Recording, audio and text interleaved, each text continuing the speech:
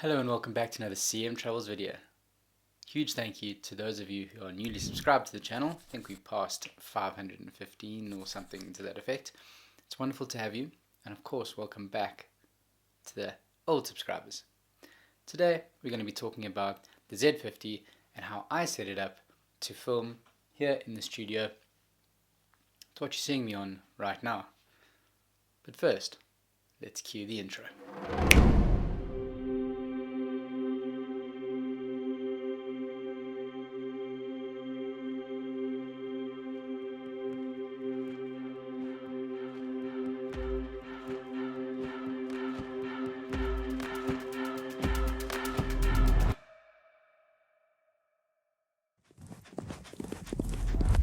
The first point about setting up the Nikon Z50 in the studio setting is autofocus area.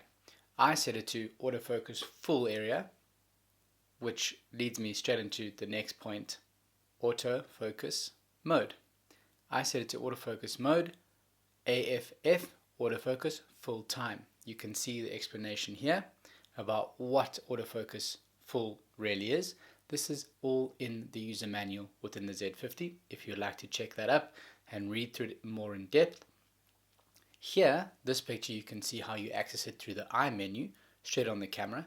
Don't worry, I'll get the Z6, which is behind me here, and show you a brief demonstration a little bit later in the video when I'm talking about the ISO, the f-stop, and the shutter speed. With the autofocus area mode set and the autofocus mode set, we now can move on to white balance.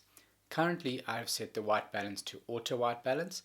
However, I would encourage you to go into the details. You can see the I menu here, which you can access directly from the back of the camera, to auto white balance.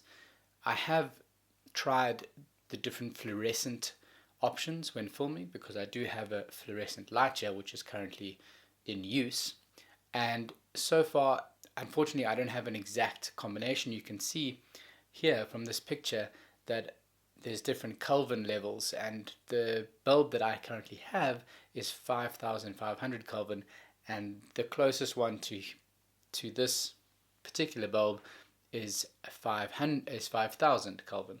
So at the moment I shoot on auto, but I think with time I'll probably adjust it and have it set better. But right now I think the white balance looks pretty good. An incredibly important aspect, which is next on the agenda, is the picture control. I film on a flat. You can see here from the I menu how you can access that just by simply clicking on the little box there. But you can also go in depth into the menu buttons as well and find it there as well.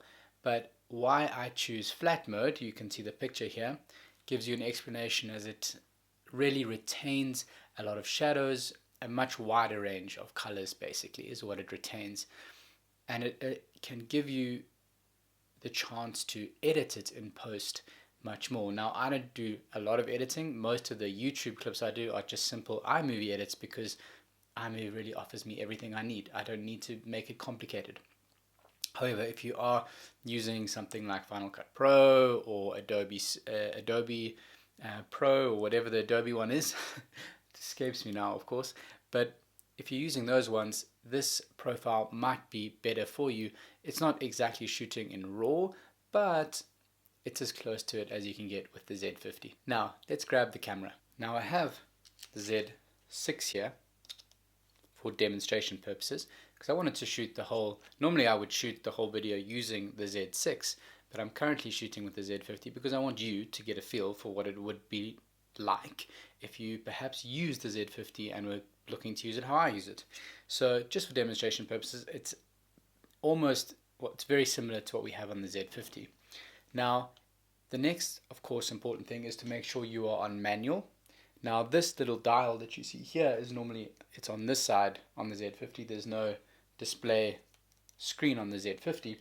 So you want to make sure that of course you're on manual mode right over here, and of course that you are on video function, not on photo function, which is just up there. So I'm going to go into video, make sure I'm on manual, and then easy from here is to set your ISO. Now the ISO button is here. You simply click that and rotate the back button while holding in the ISO, and that'll take you up and down, of course. I set the ISO to 320 filming right now, and I've just worked that out with time and looking at the footage, but I know that at 320 ISO the quality is really, really superb, and I don't need to go any higher because I have a lovely light here and I have some lights in the background which help in terms of the lighting. I'm also shooting on the 20mm f1.8 at f1.8, which I'll show you now, but that's such low, or the wide open 1.8 allows a lot of light. I mean, this room is fairly dark without that f-stop, so you may have to push your ISO up a little bit further if you're not filming on such a low or wide open aperture mode. But talking about your aperture, the easiest thing you can do, it's this front roller, dial, whatever, and that changes your f-stop here at the bottom, which I hope you can see a little bit better. So here, this is a 35mm f1.8 lens, and I can just go all the way down to f1.8 quite easily. Now, the shutter speed is done with this front dial. It's exactly the same on the Z50, so don't worry that this is the Z6. There we go. Like, to the anti-clockwise is up, and clockwise goes down. Easy enough. Now, if you're not familiar with these and you don't want to be moving all of your fingers all the time, and you perhaps have it on a stand, that's even easier. Simply tap the screen and you can go up and down from here using the arrows. Shutter speed, f-stop, as well as your ISO, all simply from the touch menu and the touch screen. Exactly the same functions that you have on the Z50 as well. If you have any questions regarding the settings that I've used today, please go ahead and leave your comments down below and I will get back to you as soon as I can. If you've enjoyed the content today, tickle that subscribe button.